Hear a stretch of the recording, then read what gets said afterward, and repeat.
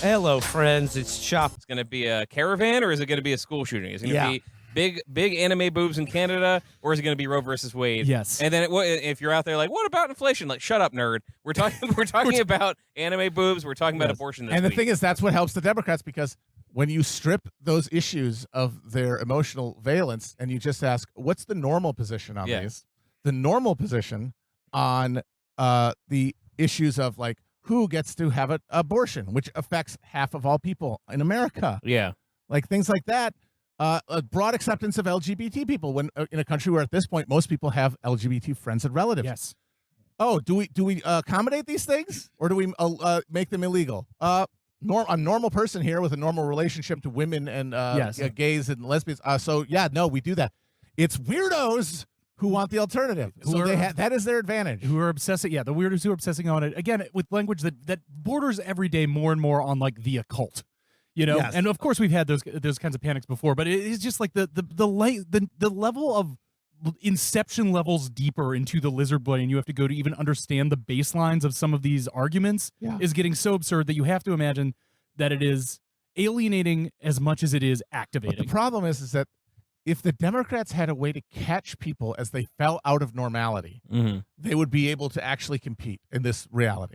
But the bucket has a hole in the bottom for the Democrats, because they can't catch the weirds, because the weirds on their side are destabilizing. For the right, the weirds they're downstream of their entire project. Well, so I think they I know can what allow you them to mean. eat the fucking girders out of society, because at the end of the day, they think they're going to take it over. Well, you mean They have destabilizing? The left weirdos are destabilizing how? I think I know what you mean, but but like, so the Democrats, they have to try to make people not weird and insist, that's right. no weirdness. But people are still going to get weird. And if the Democrats had a spectacular politics that could capture them, then they could actually like direct some of the, because here's the thing, folks, whether or not Brandon limps through this fucking midterm, the economy is going to collapse. They're doing it on purpose in front of us. This is not a one way. They're doing it on purpose. They're saying we have inflation. The only tool in our disposal to get rid of inflation is to slow down the economy, reduce employment. That's all that we can do. It's the only button we have, because we've gotten rid of the political. So we're going to press it, and we're telling you we're pressing it, and they're in the middle of pressing it, and it's just going to happen. And how does that translate into politics when all of the energy of that horror can only be directed towards weird expressions of like a cultural preference, not stopping the destruction of the economy? But it hasn't happened yet. So if Republicans win the House, the Senate, House especially, let's say just that, you have the Carter playbook, which is you're going to have a Fed chair who won't keep raising interest rates to break the back of inflation, lower than it used to be, and then you'll have a Congress that is going to demand austerity. Not that they're going to do it when they take the presidency, and then they're going to hope they get that Biden. Because we've met that Biden, right? We've met the austerity Biden. We met the Biden. He loves it. Yeah, it's his instinct. He was born out of the first stagflation. Now he's here to see the thing brought closed. It's like a That's fucking. right. It's like poetry. It rhymes.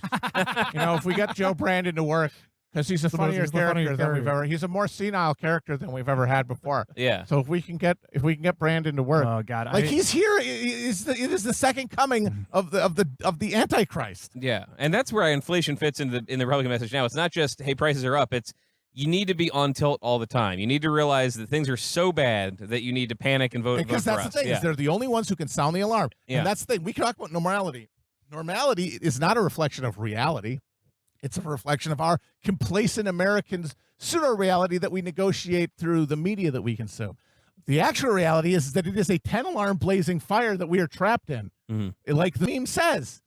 And that's the nature of living in the spectacle, is that you are buffeted from that reality and you don't live in it. But the thing is, you can't just pierce it by pointing it out, because everyone else is still living in a...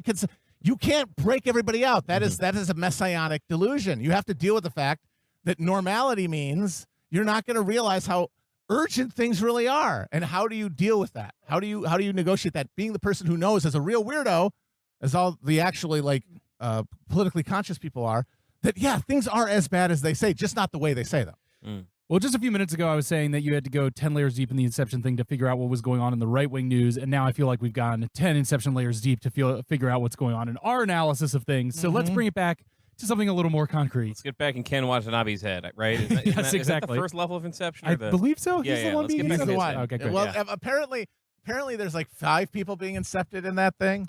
I didn't get it. We see that one in a minute. Let's talk about something brick and mortars. Let's talk Rick and Morty? Let's brick and mortars.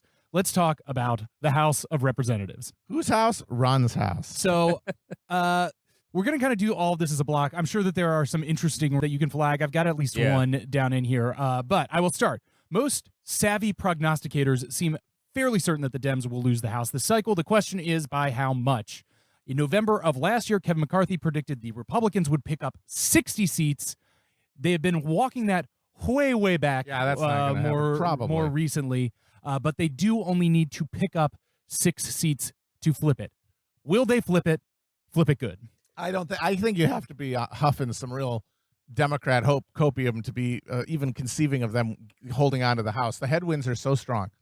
But the question is, like, how can the Republicans call it a win when they have so many headwinds that should be helping them? Yeah, I wish there was just some Democratic booster. Like, who's that? Dash Davosky? I wish he was here. The TikTok guy who looks like he's... Big news. Big news. Oh, boy.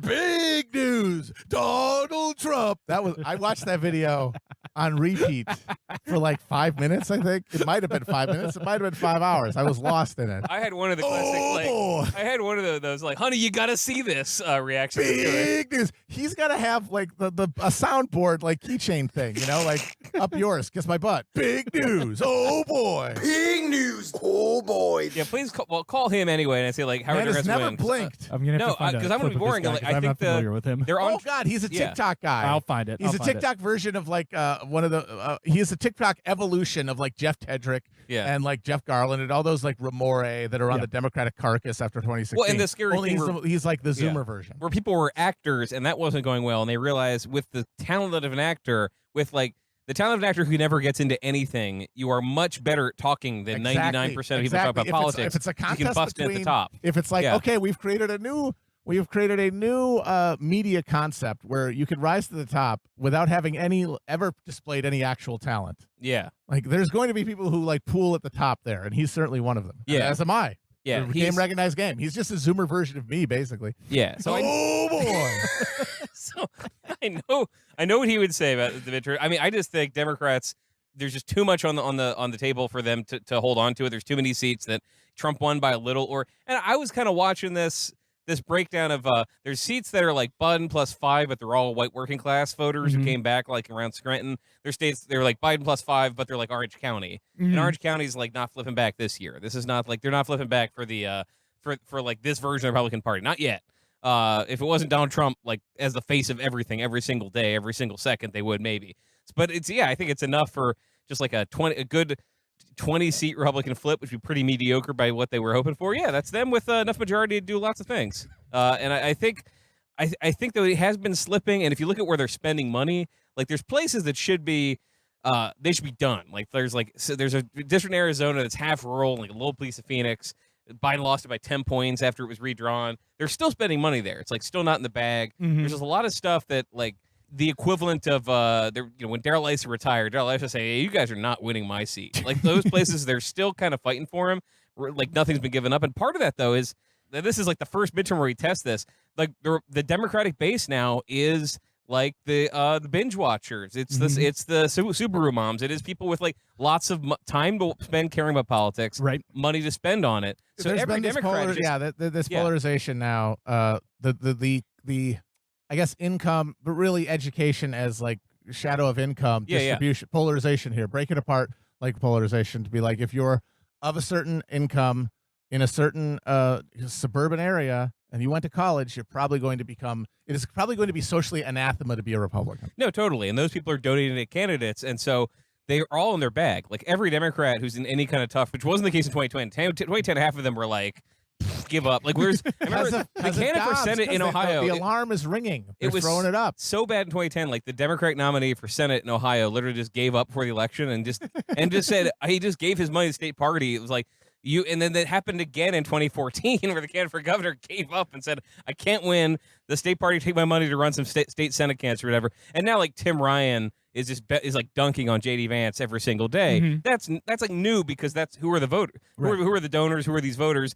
They're watching MSNBC, like, their eyeballs are taped open, like Alex They're getting weird, is what yeah, they're doing. they're staying weird. They're But the staying problem weird. They're is staying that thirsty, we're- and they're we're- still we're- donating. Just like no- Austin, we're there keeping is the no- Democratic electorate. Yeah. There is no class-based political project to catch weirdos. Yeah. and that's our doom. If there is any one thing, it's that. So that's the thing. There Everywhere used they to be go- part of it, and Yeah. it used to be a real structure to like collate and channel weirdness, and it's falling apart. So I got a few like news hits in here to kind of, but they all basically reinforce what you guys are saying. Is like it seems pretty obvious that it's going to be a Republican flip. It's just going to be Big, kind how of an big? embarrassing I would say one. maybe They're a going little to bigger than he's slug saying over. 20. I'd say maybe 35. I don't know. I don't know what's going to happen. I don't know if we flagged any specific house. I do want to talk about that fucking Polak dumbass from Ohio. Yes, we'll get to him Jeremy in the Joseph. Ohio good. segment. Yeah, yeah. Okay, we'll get to I'll Tom just say, like, Mikowski or there whatever are the fuck his name a is. few headwinds that support this. Some of the special elections over the summer.